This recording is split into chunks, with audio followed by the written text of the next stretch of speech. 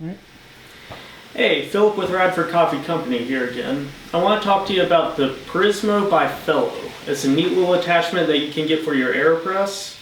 You can find it on our website at radfordcoffeeco.com, along with our subscription services, AeroPresses, and other things. You've also encouraged me to be more adventurous, and I feel like I've learned a lot from you, so thank you.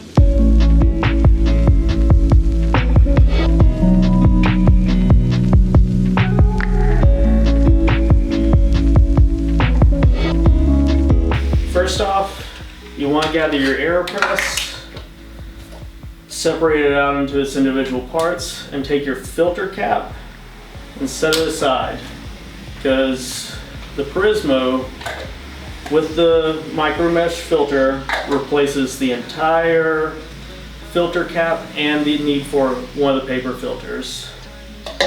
Secondly, measure out 20 grams of coffee. It's best if you have a scale to use this.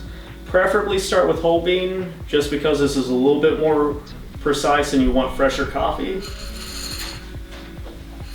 And you're going to grind it to a super fine grind. Definitely in the espresso range. If you get it pre-ground, ask for your barista to grind it as fine as they do their espresso.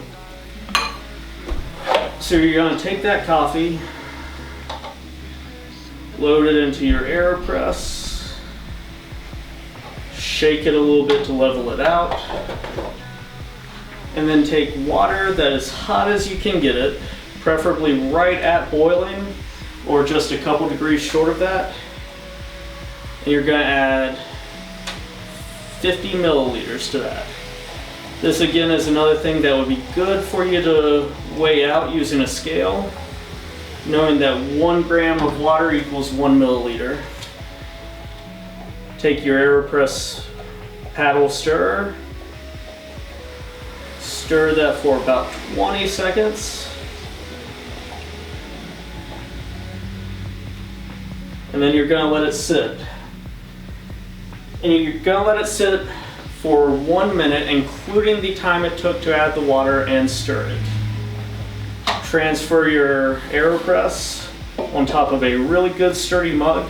Try to avoid glass, or especially if you use something like a glass French press or a craft for a brewing vessel, avoid those things, because keep in mind you're going to be putting a good amount of pressure on this and you don't want that thing to explode out from under your brewer.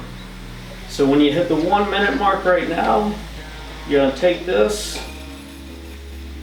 and plunge.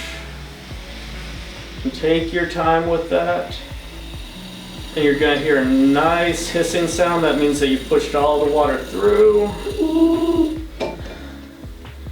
and you get a decent little shot of espresso. You can add some milk to that, make for yourself a little latte, heat the milk up a little bit. Again, that makes a good latte. If you throw ice in, you've got iced latte, or make an Americano. Just adds a little bit of versatility and a little bit more precision to an already very versatile brewer. Again, check that out on our website at radfordcoffeeco.com, and check into some of the classes and instructionals we have there for various other ways to use the AeroPress. Thank you, and you have a great day.